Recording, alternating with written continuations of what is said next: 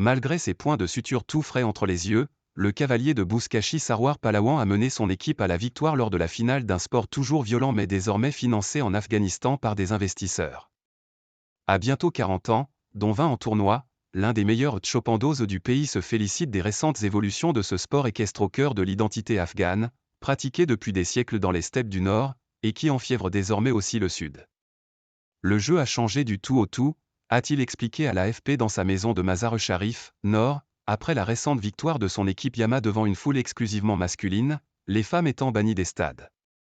Avant on nous payait avec du riz, de l'huile, un tapis ou une vache, mais aujourd'hui les tchopandos ont des contrats de professionnels, jusqu'à $10 000, 9 150 €, par an. Les équipiers de Yama, après leur victoire, se sont aussi partagés $35 000, 3 chameaux et une voiture offerts par des sponsors. En outre, chaque but a rapporté à son auteur $100. C'est-à-dire quand, après une âpre mêlée de sabots levés et de coups de cravache, un cavalier parvient à jeter au sol, dans le cercle de justice, le sac de cuir de 30 kg qui remplace désormais la carcasse d'une chèvre. Le rustique Buzkashi s'est embourgeoisé. Avant, après un tournoi, on nous versait de l'eau froide sur les épaules, maintenant on a des hammams et des saunas, explique Sarwar. De même, les cavaliers ne se pendent plus aux arbres ni ne fendent plus de bois pour se muscler, ils soulèvent de la fonte dans des salles de gym. Ma vie a beaucoup changé, dit le tchopandos de 1,65 m seulement mais dont la puissance lui vaut le surnom de lion. Maintenant j'ai une voiture. Je n'avais presque pas de moutons et j'en ai beaucoup, je n'avais pas de terrain, et j'en ai un. Je n'avais pas de maison, et j'en ai 2. Mais Sarwar reste un homme simple.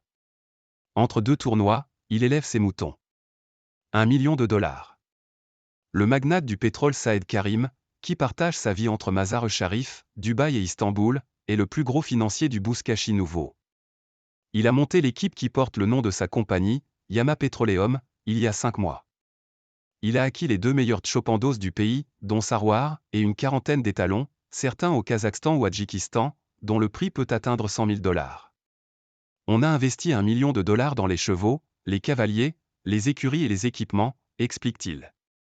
L'entrepreneur possède 4 propriétés en Turquie, dont une maison de $4 millions à Istanbul. Combien en a-t-il au total? Je n'ai pas compté. Je veux juste servir mon peuple, dit-il.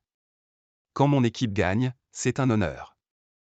Les talibans, revenus au pouvoir en 2021, avaient interdit ce sport immoral lors de leur premier règne, 1996 à 2001. Mais le Buzkashi c'est la passion de cette nation. Les talibans savent qu'il rend les gens heureux, c'est pour cela qu'ils l'autorisent, estime le président de la fédération de Buzkashi, Ghulam Sarwar Jalal. Ils perçoivent aussi des taxes sur les tournois. Une ligue nationale a été créée en 2020 et le Buzkashi s'est professionnalisé. Avant, chaque équipe faisait jouer un nombre illimité de chevaux, aujourd'hui c'est 6 chacune, ce sont les normes internationales, explique M. Karim. De même un peu d'ordre a été mis dans ces combats brutaux, et les cartons jaunes ou rouges pleuvent en cas de faute. Mais c'est surtout l'arrivée d'argent qui a transformé le Buzkashi. Les fans viennent plus nombreux car ils savent qu'il y a davantage de bons chevaux et de bonnes équipes sur le terrain, dit le propriétaire de Yama.